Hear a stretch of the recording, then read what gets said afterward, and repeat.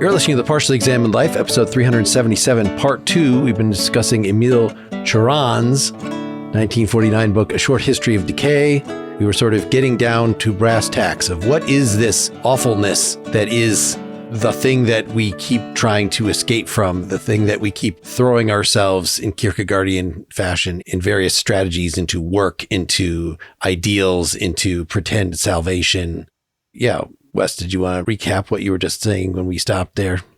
Well, I was emphasizing this idea that there's something ineffable inside us, something mysterious that can't be communicated to others, so that inevitably we are in solitude. And I think he might say, I don't know that he explicitly says it, but a lot of what we're doing with these absolutes or these flying into religion or science or philosophy, anything like that, in a way, we're trying to deny this essential solitude and essential incommunicability, right? So he's not a fan of words, for instance, except maybe in poetry, but yeah. Yeah. And this notion of nothingness or there being sort of an ineffable source that we're naming, but is always the source that is closer to the real world, right? I immediately think of Hegel, right? And Hegel, I guess in the end, it's this iterative process that you're trying to ultimately get to comprehend it, right? But there's still always a source. And I guess we could pick any number of other philosophers in which there is this fundamental nothingness because it hasn't been named yet that ends up being the source. Is the concrete, right? That it is reminiscent of Hegel. So in the graveyard of definitions on page 7, it's very reminiscent of the Hegel in the sense the inadequacy of definitions to concrete things.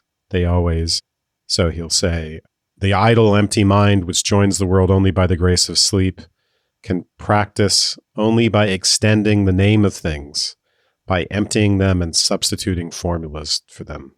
Then it maneuvers over their debris, no more sensations, nothing but memories. So we get away from the real, from this world of, immediate sensation by using words and by using concepts. This idea that we join the world only in sleep is really interesting, right? Because we normally think that sleep is a retreat into a lack of contact with the world and we hallucinate during sleep. But in this case, it's a way of being closer to the world and closer to what is mysterious and ineffable. And one might also say, right, closer to the instinctual sources within ourselves. If Freud is right, sleep in a way, dreams reveal a lot about our motivations, even if we don't consciously know what they are. I mean, in this section, he's like a grumpy romantic. Mm-hmm. The romantic. Is there any other kind, Dylan? There are, right? There's the frivolous romantic, right? Or the effervescent nihilist, right? The fabulous nihilist. There's the Byron. Well, and he's also moralistic, right? Cioran is, right? If you're a drug-seeking sex fiend nihilist, then you are somehow debauching yourself, even in your nihilism, which is a funny thing for a nihilist to say. There would be such standards, but... He starts off with the genealogy of fanaticism. That's a section I thought we'd all be kind of on board with.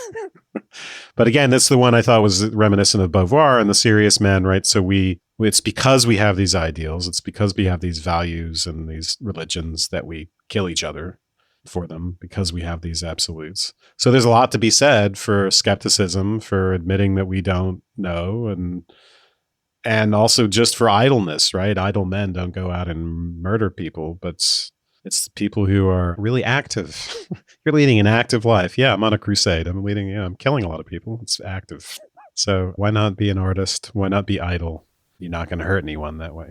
But you can't take this as uniformly a moral condemnation of people who get too many ideas, because once one loses his faculty of indifference, he becomes a potential murderer. So you have to remain, it sounds very Taoist, sort of outside of preference, that I'm just describing. Yes, having ideas makes you want to murder. Is that a bad thing? Don't ask me. In fact, there's sort of a true individual can judge only himself, he says somewhere really later. So there just cannot be throughout his corpus like a definite gradation of value. It's not a revaluation of values according to a new standard. It really is.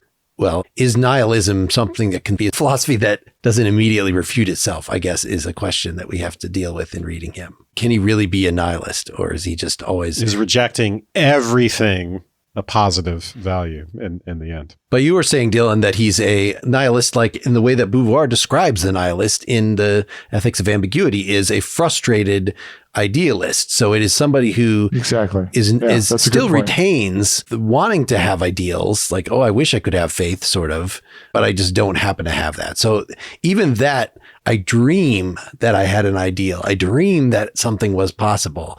That is enough maybe to give this an ethical orientation. And there's also the question of, why not stop with skepticism? Why not stop with agnosticism? Why do you have to go farther? It's the way in which a strident atheist is really a frustrated believer.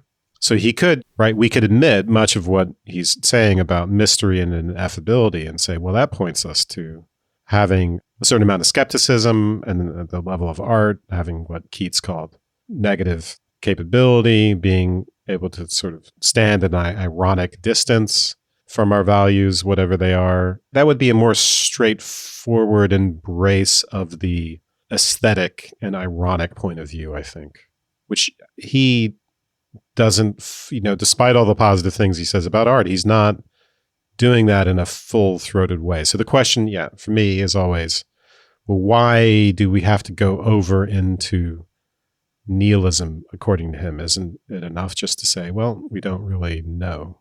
Yeah, so he has that civilization and frivolity section, that's where he talks about irony and scorn as the pertinence, is the only thing that makes weighty matters bearable, right? How could we bear the weight and sheer depth of works and masterpieces if to their texture certain impertinent and delicious minds had not added the fringes of subtle scorn and ready ironies? So this something like Nietzsche's gay science, the gayness, the frivolity, there is room for that in here. And this is true, I think, when you pick up great novels, I don't know how many great novels take themselves completely seriously, but my experience is always the thing that really grabs me and makes me stay with it and makes me think, oh, this isn't just a page turner, but this is something, wow, is that element of irony. He references Don Quixote at one point in this, and that had me pick up Don Quixote again and start reading it. And of course, I did not appreciate it in St. John's when I was just a teenager. Like, wow. But I think this is a really good point here about irony lending a kind of flavor to the futility of life. And he's thinking here specifically about ancient Greece and then France, French civilization. He likes the French.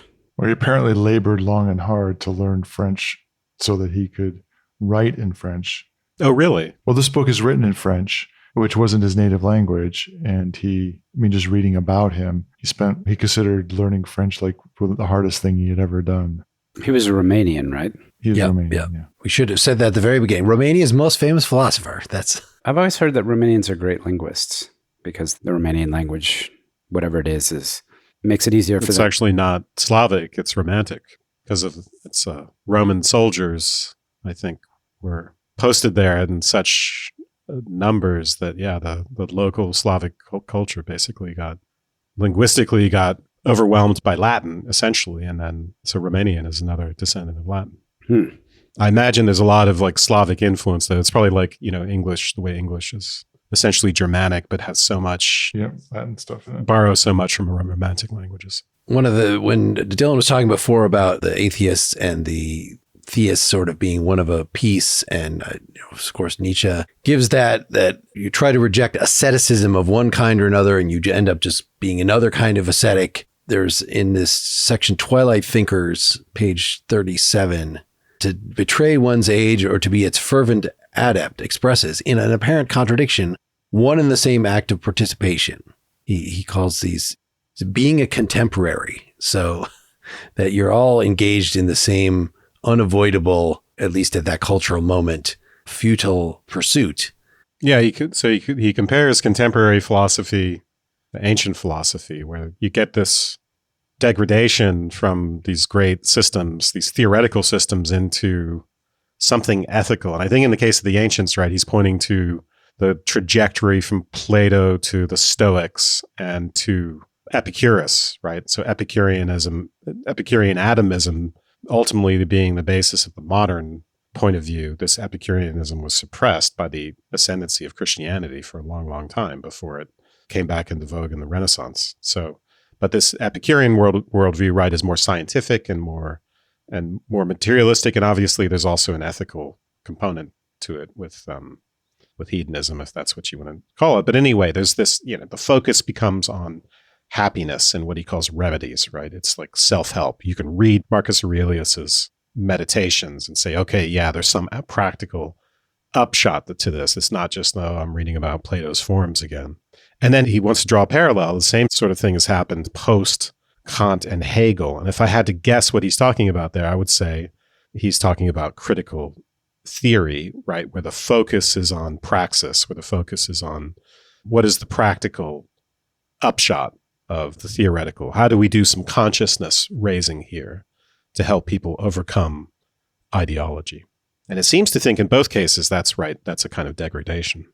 So why does he think then that it's not simply let's reject this fad of the current age, let's do something rigorous, something that really tries to express the inexpressible, something? No, to betray one's age, you're still actually doing the same, playing the same game. You can't get out of this mindset even by being inspired by the ancients or whatnot. Seemingly. It's about salvation. It's like, save me, save me, save me. You can't get away from that frame of mind.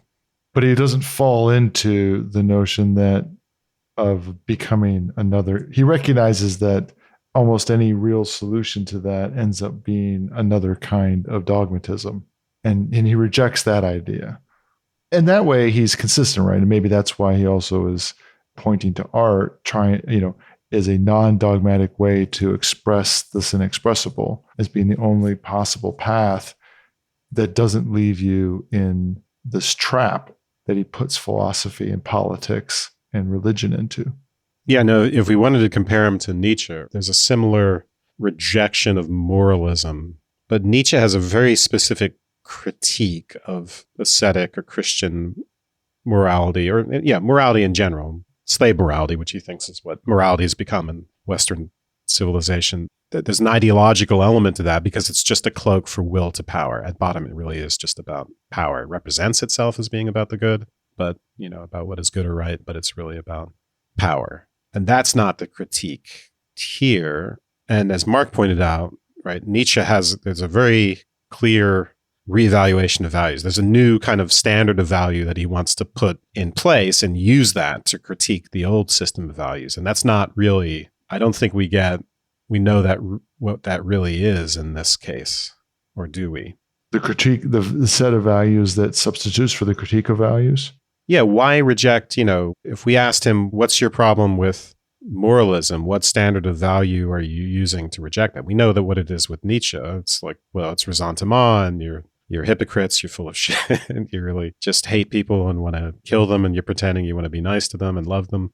All of that stuff, and it makes you sick, it's diseased, all that. What could Cioran say if we asked that question of him? Well, there is a similar confusion with Nietzsche, right? Because he believes in greatness and nobility, and he's advocating for something like the robust, if anything, Christian moralism is depressing the true vitality capable of, a robustly living human being, and that they become constrained and less than themselves in their full health and in their full robustness.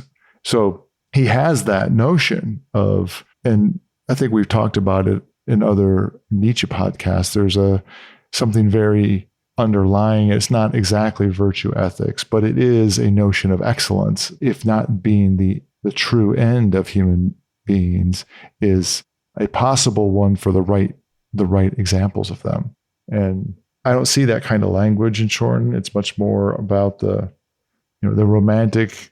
If there is a positive thing, it's the romantic point of view, except in the handful of, we quoted it earlier.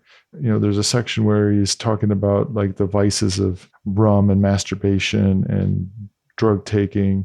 And in those kinds of things, those kinds of judgments, that all smacks of moralism. it's not aimed at health. He's not saying those sections aren't criticizing, saying, oh, you're degrading yourself, you're becoming a slave, you're enabling yourself to become a slave to those pleasures or to those substances, and you're becoming less than you could be, yada, yada, yada, which would be a more Nietzschean kind of thing.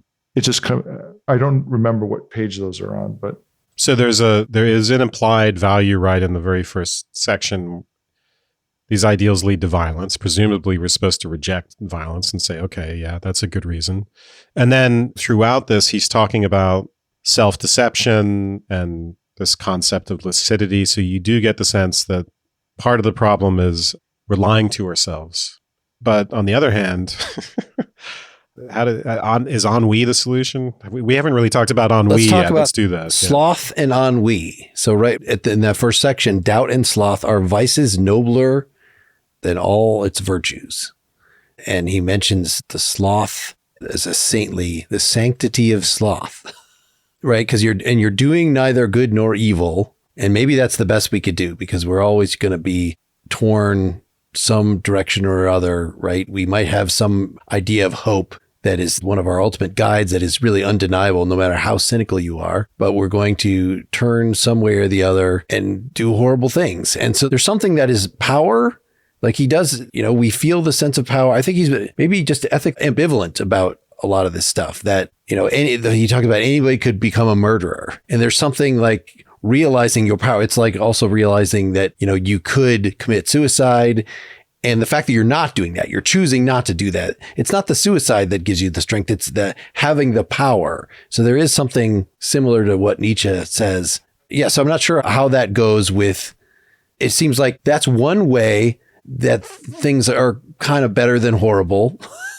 But then sloth and ultimately ennui is real resignation. This is the other way. So I feel like these are both options that are not on balance good, but they have things to say for them, right? They're vices that are noble.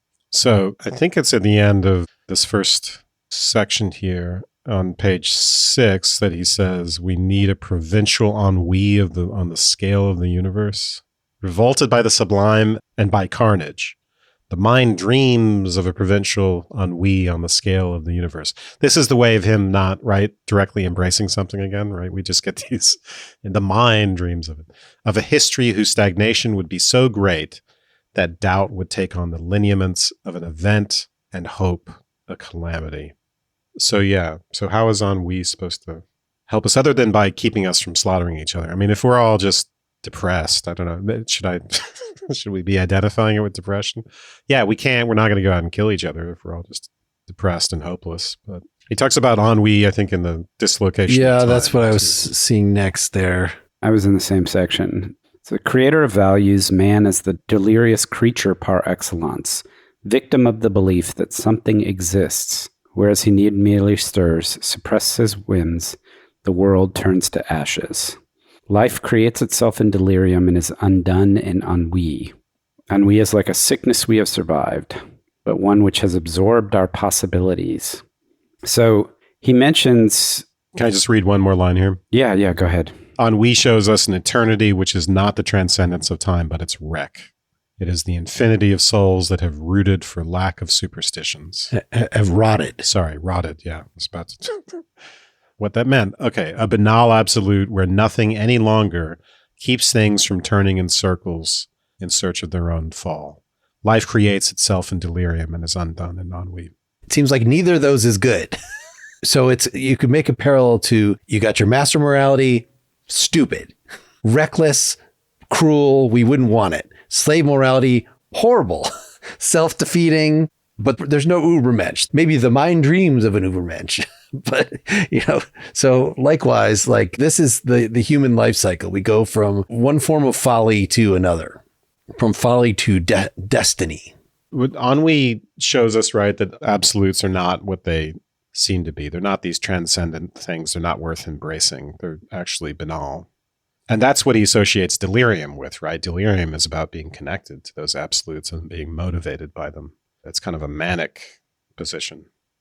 So, but ennui, yeah, right, there's a void there that's left once you recognize that. And it seems like he's saying in the end that it makes us recognize the banality of the absolutes, but it doesn't fill the void. It just leaves us empty. So in the section on the apotheosis of the vague, he talks about nostalgia, Sehnsucht, and Saudade.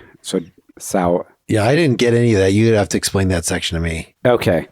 So those are just three different words for, he's connecting it to their national versions of ennui, right? So the French have ennui. We talk about nostalgia. The Germans have Sehnsucht. Then the Portuguese, maybe the Brazilians too, have, I can't even pronounce it, saudade. Anyway, it's all like a look to the past. And you remember in that section, he says, when we live in expectation in what is not yet, is to accept the stimulating disequilibrium implied by the very notion of future. Every nostalgia is a transcendence of the present. So ennui, nostalgia, this backward-looking thing, is an attempt to transcend or leave the present. And it's the equivalent in some way of trying to reach or manifest an absolute, in the sense that it's a reach to the past. And you remember there's a section we could go talk about where he talks about past, present, future. And he says, even in the form of regret, he's talking here, right, about nostalgia, it assumes a dynamic character. We want to force the past. We want to act retroactively, protest against the irreversible. And he says, life has a content only in the violation of time. So if we think about ennui as a function, it's a transcendence of the present, which tries to do something, it's essentially impossible, which is it wants to change something that has already happened or reverse something that's irreversible. Yeah, to say that life is by nature a violation of time is just to say we regret and we hope. Mm-hmm. We're always out of the moment. We want to change something in the past, or we have something that we want to happen in the future. So life, the default is that life is not in the moment. It's fraught with desire or longing or regret or something like that. And I think he's kind of saying the French are in the moment in a particular way. And then the Germans have a kind of longing where they're conflicted between invading people and staying at home because they love the fatherland. They don't know which is. They have a longing for those two. Yeah, the longing for the imperial greatness. Yeah. But the way it ends, I think there's a positive account of nostalgia here because it is something that keeps us from resting in the absolute. Even when we find these absolutes, these ideals, they don't fully satisfy us, because what we really want to do is we want to do an ET phone home, right? We want to go home. We want to reintegrate into our roots, and the roots, that's where the ineffable is. That's where he associates with the earthly and the maternal. We want to re-enter the womb. Yeah. It says this is a sentimental theology in which the absolute is constructed from desire. So here we have a different kind of absolute, not the rational absolutes of religion and philosophy, if you could call it that, but it's something which is more connected to the instinctual. So this sounds like a bit of a positive vision from him. Let's pause for a moment to talk about our sponsor for this episode, Function. I chose Function because it's the only health platform that gives me data most people never get and the insights to start doing something about it. Inside Function, you get access to test over 100 biomarkers, from hormones to toxins to markers of heart health, inflammation, and stress. For an additional fee, you can also access MRI and chest CT scans, all tracked in one secure place over time. I can say that Function is a product I would have used even if it weren't a sponsor of this podcast. I've long wanted to get tests for biomarkers that are not included in the average physical. That includes everything from nutrients to more granular biomarkers for heart health, such as apolipoprotein B and high sensitivity C-reactive protein. I was also really interested to see the full thyroid workup that it gives. Whatever you're interested in, it's probably in there. And I did, by the way, learn something actionable that I had not learned just from my physical. So it's been immensely helpful to me. So I use this, and you should too. Learn more and join using our link. Function is a near 360 view to see what's happening in your body and our first 1,000 listeners get a $100 credit toward their membership. Visit functionhealth.com/PEL or use gift code PEL100 at sign up to own your health. That's functionhealth.com/PEL. Seth was referring to these other places where he talks about time. I was looking at page 54, Turning a Cold Shoulder to Time, where he mentions the idle man sumptuously settled in the inconsolable. So there you go. That, I feel like this is his positive vision, which is, it's like Camus facing the absurd.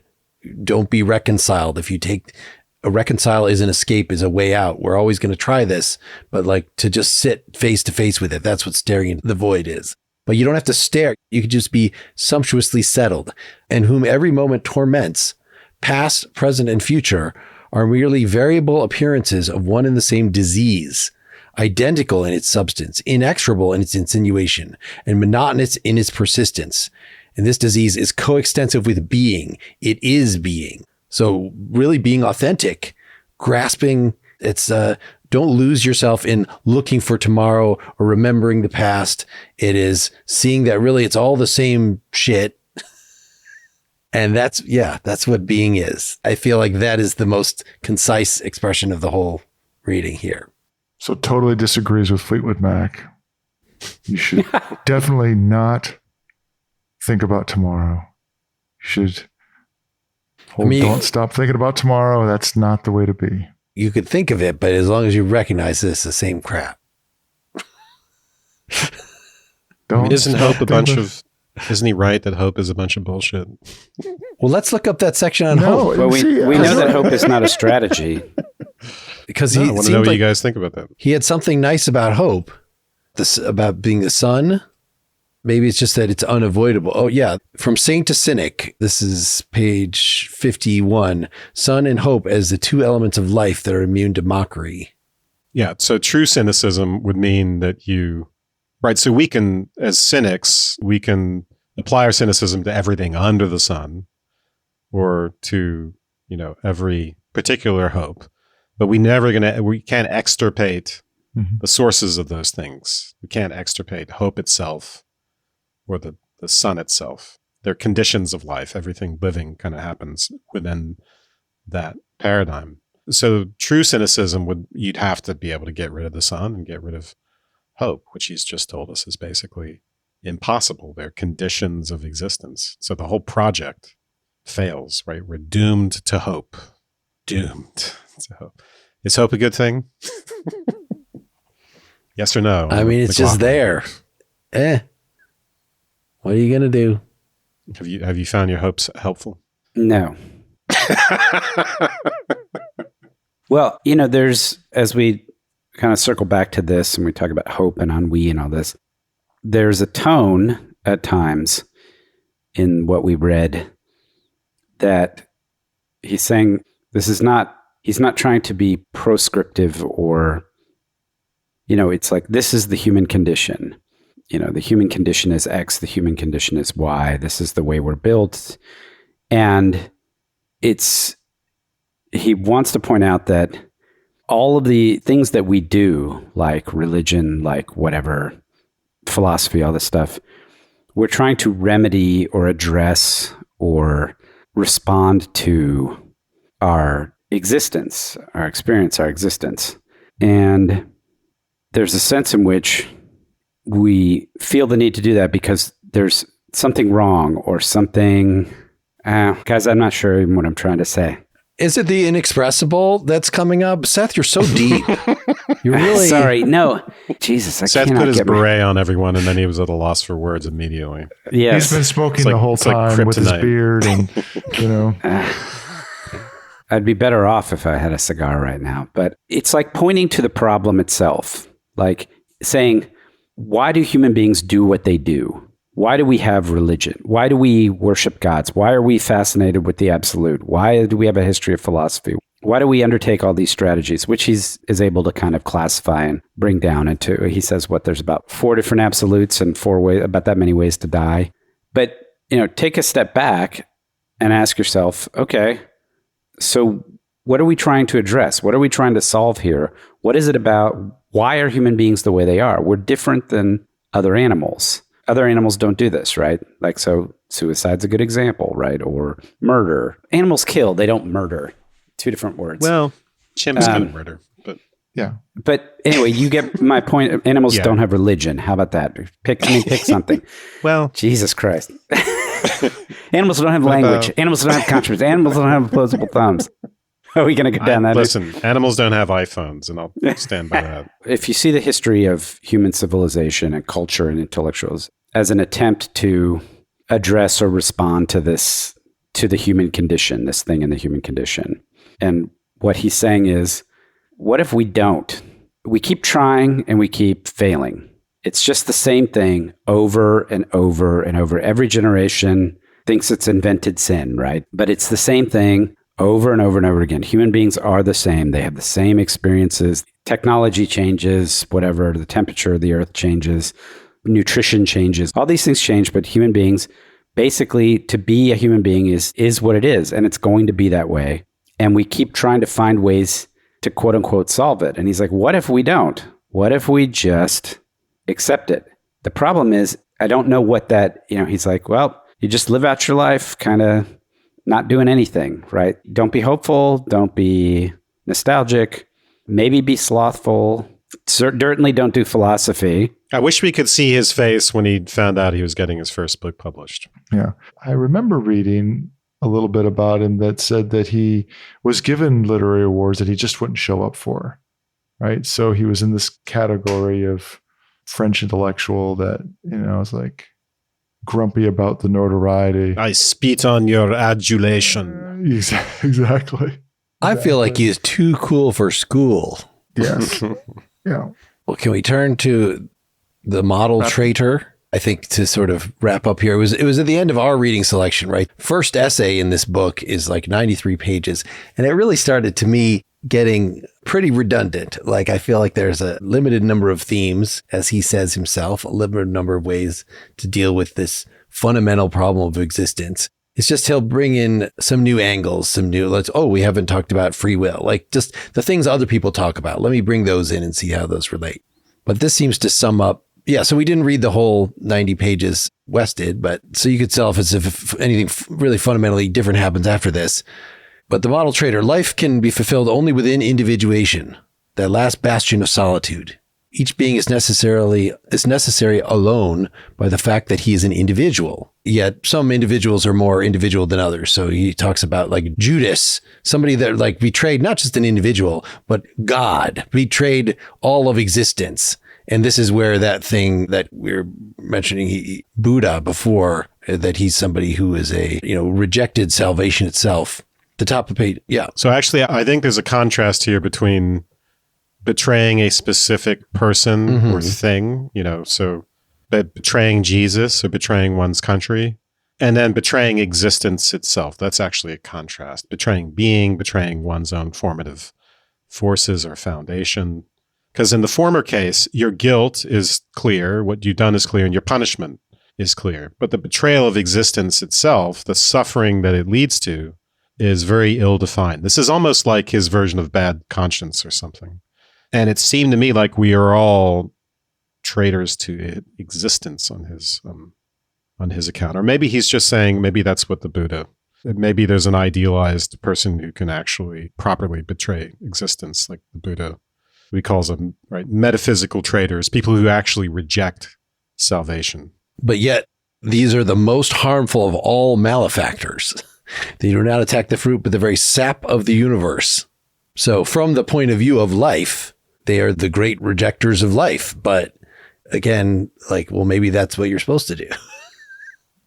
It's hard for me not to read him, and maybe this is the way in which it's sort of common to read a lot of existentialists in the wake of World War I and World War II, a kind of a Hobbesian reaction of, look, we just got to keep people from trying to do so much shit. The most dangerous kind of thing in the world are people who want to do anything. So we're going to glorify slothfulness, and we're going to glorify not being perturbed enough, and point out, and if we don't, That's because everything that is wrought by people who want to do stuff is pain and discomfort for everybody else. And because we're going to start from the point of, because the bottom line of the world is that it's painful and dangerous. And that's the backdrop. It's not one of activity and that an opportunity that comes with fate. It's a different kind of reaction to fate, which seems to be born out of the tragedy of so much bad outcomes of fate. Mm-hmm. As Dylan was speaking, it reminded me of that a quote from the beginning that kind of bookends this. But it is enough for me to hear someone talk sincerely about ideals and about the future, about philosophy, to hear him say "we," in quotes, with a certain inflection of assurance, to hear him invoke others, also in quotes, and regard himself as their interpreter, for me to consider him my enemy. And Cioran was, he read Schopenhauer, Heidegger. He knew Iliade, and Schopenhauer and Heidegger, and I'm sure Nietzsche too, but they were aware of and had ideas about the Buddha. There's a saying, right? If you see the Buddha on the road, if you're walking along and you come across the Buddha on the road, you kill him. Mm-hmm. The idea that Buddhism offers a kind of response to the same existential panic that we all feel, that's different somehow than our Western ideologies, religions, theologies, philosophies, so on and so forth. So in that last section, when you say like, you want to be most scared to some extent of the people who reject salvation, but to reject salvation is really to say, I'm rejecting people who offer me salvation, which is to say people who are using ideas and saying we and speaking for others and all that.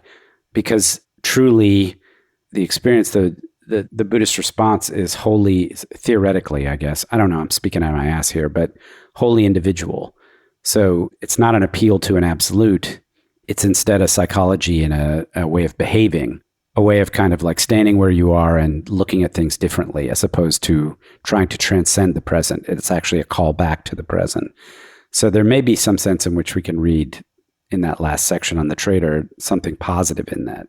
Yeah, this whole, I don't think we really made explicit. There's another point where he diverges from existentialism, is this insistence on speaking only for yourself. So like Sartre and Kant both thought, and maybe this inherent in the idea of creation of values, is that when I do something, I assert through my very action that thing is worth doing, that thing is good. I create a value for all humanity. And he just straight up rejects that, says like, that's phony baloney. You should not do that. Maybe people do tend to do that. They love to speak of we, but that's not authentic. So I guess if we were asking, is he an existentialist, was Stirner an existentialist? Because he also seemed to be somebody who is just absolutely focused on only the dictates of yourself. I guess I don't know how that translated into whether you can reject your own desires, which he clearly seems to want to do as well, as if those desires are somehow external or suffering causing. Or all right, closings. Where are we at here? I'll start. I should have absolutely loved this because theoretically this is who I am and what I believe. There are many, many wonderful turns of phrase, at least in this translation. I don't know what French, the original French, what it's like, but I imagine. I found it really hard to read. I've had a really stressful and difficult week, so maybe my focus wasn't there, but I just found, I averaged about 10 pages an hour, because I think part of it is it's an aphoristic style, but it feels really disjointed. And so I kept grasping, trying to find the hook and figure out what was, and I would have to reread, and I had a really tough time with it because I was all amped up to read the whole book, or at least kind of plow through it. And if I'm going to do that, I need more time and energy because it was really, really hard. It seems like the kind of thing that I'll be able to employ in support of my views as opposed to something I would rely on to art. Like, I wouldn't say like, oh, this is the theorist that I'm sitting with. It's more like, this is the quote that I start this book chapter with from this guy. Sure. Right. So that's kind of where I'm at. I had a similar experience with the pace. Yeah, about 10 pages an hour. That sounds right. Like I wanted to just like read one of the meditations and kind of just dwell with that, because once I would just read that 1 page or 2 pages, I would be ready to get up and do something else for a while. It's the inverse of for what it was for Seth. I should have not liked it, but I have no idea. I just actually was able to read it for pleasure, which is odd, and just keep reading of my own free will, not even just because I had to do it. I had the same sort of feelings as well as Dylan about the pretentiousness and all that. It's just all my interest in it just sort of overweighed that factor. And I kind of there's a kind of humorousness to it, or there's an amusing quality to it, which I really like. And then I think the challenge of trying to decipher what he was saying also. So this is like a book that rewards the Wes approach, which is to reread it and then re-summarize everything in your own words. And for me, it's almost like, this is almost like a crossword puzzle. Like, all right, how am I going to fill in this? What is he saying here? And it's just like a challenge I enjoy. So it's the same thing with Hegel, or anything else where like on first blush, it's hard to comprehend. For me, I just like the challenge of deciphering it, regardless of ultimately of whether I think it's any good. When I was about halfway done with our reading, I was like, okay, I'm going to make a bullet list of the themes. And then I thought there would just be like a handful of themes because it does seem very repetitious. But I got my bullet list to 20 bullets, and then I just like stopped because there are enough variations. Like I was kind of filling out the story. But yeah, I agree with you, Wes, that once you've made it the difficult way through the first time, probably looking at it and looking for the thematic continuity, I just think this discussion was very unusually like, well, this reminds me of what happened 50 pages later. Oh, this reminds me of that. Because everything echoes everything else. Well, I felt like we were following themes. Yes. Oh, yeah. Just kind of organically, but yeah. Dylan, any final words? You feel better, worse about this? I feel the same. I started out enjoying it, and I could see and admire Wes's ability to read it for enjoyment. And I could see why that would happen. There's a certain amount of grumpy pessimism that is wry and self-knowing that I find both funny and enjoyable and insightful. And in this case, it got tedious and tiresome for me. And a big part of that in the end is going to be that I'm fundamentally not a pessimist. For me, I come at it from the standpoint of the opportunity and the activity of naming things. And then, yes, we have the suffering. Yes, we have the unexpected. Yes, we have fate coming down upon us. Yes, we have the things we have to endure or we have to accommodate and we have to adjust to, and the flexibility involved with that. So in the end, I'm a pragmatist. Pragmatists aren't pessimists. Pragmatists are navigating their way through the obstacles. And that's not a point of view of pessimism. That's recognizing the obstacles that you never knew were going to be there, but it's fundamentally that activity. And it's not slothful. In that way, I just became so convinced that that's what he was advocating for. And I can recognize how, that's why I said my comments at the end, my last comments is, I can imagine it as a reaction to the overactivity of an entire world of people who are just trying to kill each other and do terrible things to one another. And you just want them to just stop doing shit. Just stop. Just, go home and just chill out, motherfuckers. I can totally see that reaction. And I might have that reaction to myself in the same situation. But that's not how I look at the combination of the positive possibilities of activity in life as human beings mixed with the vagaries and uncertainties and mysteries. His take on it I think is fundamentally deadening and soulless. And so I find myself just reacting negatively to it. It says something about our charitable way of reading that we did not immediately just go and like point out the individual things that he says that just seem counterintuitive or just wrong. Like, oh, don't you wake up more tired than when you went to sleep because dreams are so exhausting? No, I don't feel that at all. Like you just are having some problems. All right. Let's wrap this. We've gone on long enough. Thanks everybody for listening. Next time we're going to talk about some Thomas Aquinas. We're going to have 2 episodes. We'll try to post on the Discord, maybe on Twitter, exactly what we're reading from him. For the next 2 ones, please reach out to us, pel@partiallyexaminedlife.com, or make a comment on the blog post associated with this at partiallyexaminedlife.com to suggest things, to let us know what you thought of this. If you think we did criminal to this wonderful figure who is the center of your philosophical world, we would love to hear your point of view and perhaps express it on a nightcap or something else. Good night, everybody. Good night.